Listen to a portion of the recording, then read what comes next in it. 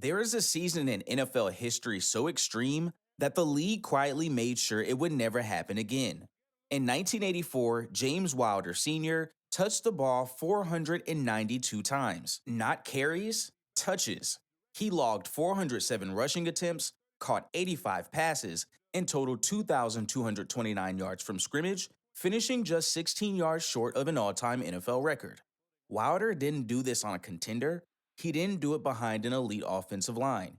He did it because Tampa Bay had no other option. This is old school Sundays where forgotten seasons, erased legends, and uncomfortable NFL history get their due. Because no running back has ever been asked to survive this kind of workload, and James Wilder paid the price. Long before the NFL ever counted his touches, James Wilder Sr. was already carrying entire programs on his back. In Sikeston, Missouri, Wilder wasn't simply the best athlete on the field, he was the offense. At 6'3" and 225 pounds, he ran with the momentum of a freight train and the balance of a tailback, setting school records for career and single season rushing yards while leading Sikeston High to an undefeated season in 1976. Coaches noticed early that Wilder didn't fade late in games. If anything, the workload seemed to unlock something in him. The more carries he received, the more punishment defenders absorbed. That trait would define his rise and quietly foreshadow his fall. Wilder took the long road to national recognition beginning at Northeastern Oklahoma A&M, where he dominated junior college competition and earned NJCAA All-American honorable mention. From there, he transferred to the University of Missouri, a program desperate for consistency and toughness. Wilder provided both immediately. Fans nicknamed him the Sikeston Train, a reflection of his punishing style and the inevitability that followed once he reached the second level. Over 3 seasons, he rushed for 2,357 yards, setting a then school record despite a nagging hamstring injury that limited his production in 1979. His signature performance came earlier in 1978 against Nebraska, when he carried the ball 28 times for 181 yards and 4 touchdowns, including the game-winning score in a stunning 35-31 upset. It was the kind of performance that reshaped how a program viewed itself. Missouri didn't just win that game, Wilder carried them to it. He led the Tigers to 3 bowl appearances, earned Liberty Bowl MVP honors against LSU, and became one of the most respected players in program history. Yet even with the production, the tape, and the toughness, NFL scouts debated what he truly was. Too big for a modern halfback, too skilled for a traditional fullback, and maybe, some wondered, too heavily used already. When Tampa Bay selected him in the second round of the 1981 NFL Draft, they believed in his durability. They just didn't know how to deploy it. That hesitation wouldn't last, because once the Buccaneers finally realized how much James Wilder's results were predictable. Wilder's first 3 seasons were productive but muted, the kind of stat line that disappears into box scores. He showed flashes, soft hands, surprising burst, uncommon stamina, but never the volume needed to reveal who's thin. The roster offered few playmakers. Head coach John McKay made a decision born less of vision than necessity. Stop treating Wilder like a role player and start treating him like the offense itself. The shift was immediate and violent. In his second game as the primary halfback, Wilder carried the ball 42 times for 126 yards and a loss at Pittsburgh. 1 week later, Tampa doubled down. Wilder responded with 219. He didn't break down, he broke defenses. McKay said it plainly afterward. He's the ultimate weapon. Unfortunately, he's our only weapon. That wasn't praise, it was a warning. By the end of 1983, the Buccaneers had stopped pretending this was a balanced offense. They were running James Wilder into stacked boxes, predictable formations, and exhausted fourth quarters because there was no alternative. Tampa didn't manage his workload, they leaned into it.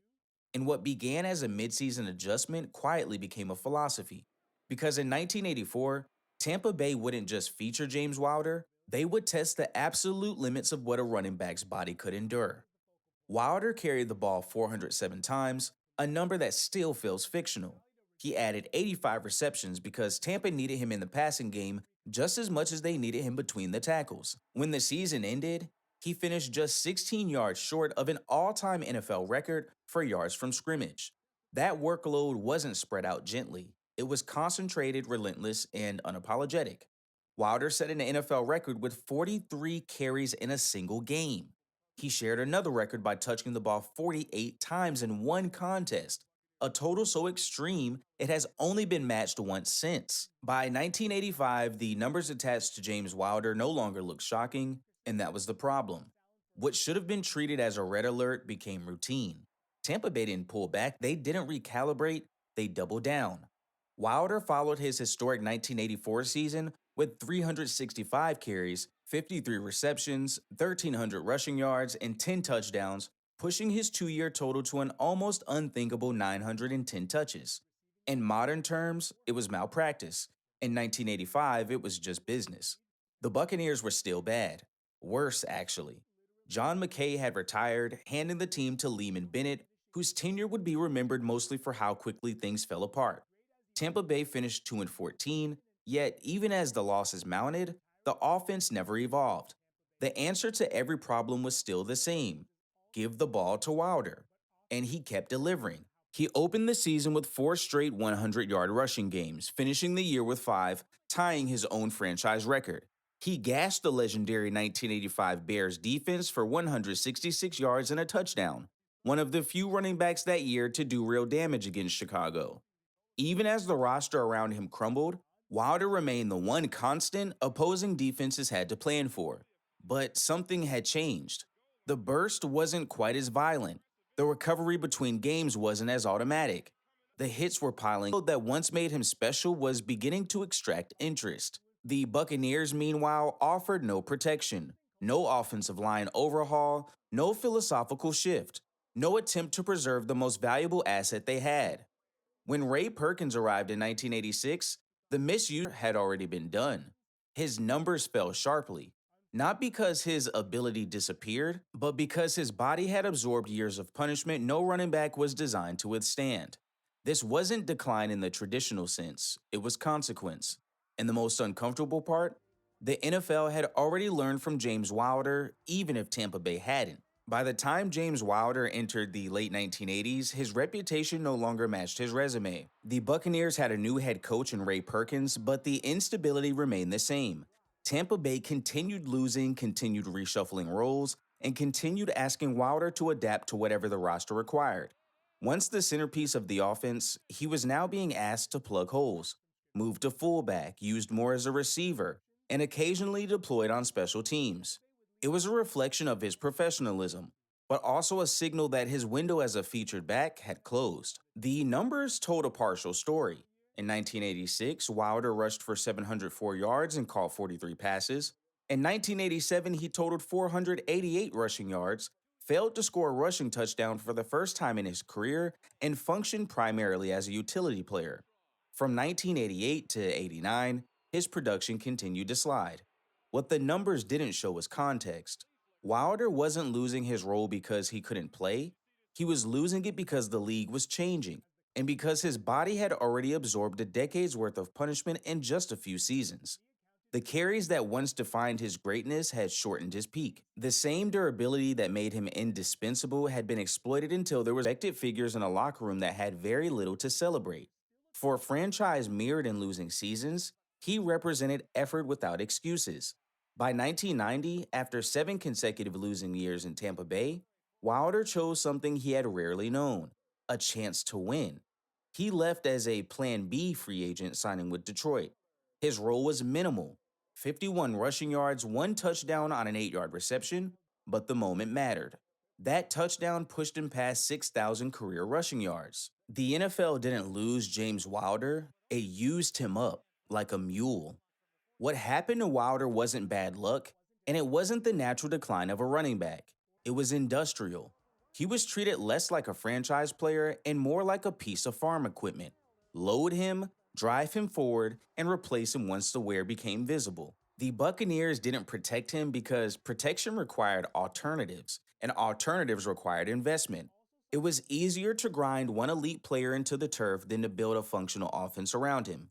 So they did, over and over, until the explosiveness faded, until the recovery disappeared, until the body that once made him special became the reason he was moved aside. By the time the damage was undeniable, The league had already moved on. Younger backs, cheaper backs, healthier backs. Wilder's records remained, but his role didn't. He wasn't celebrated for surviving the workload, he was quietly replaced. And then the league learned, not by honoring him, but by refusing to repeat what it did to him. His 492 touch season still stands because no coach wants their name attached to the next cautionary tale. Modern workload management exists because players like Wilder proved what happens without it. James Wilder didn't burn out chasing greatness. He was worked until there was nothing left to take. This is old school Sundays, where overlooked players, erased seasons, and uncomfortable football history finally get their due. If you care about reason, and some careers deserve to be remembered.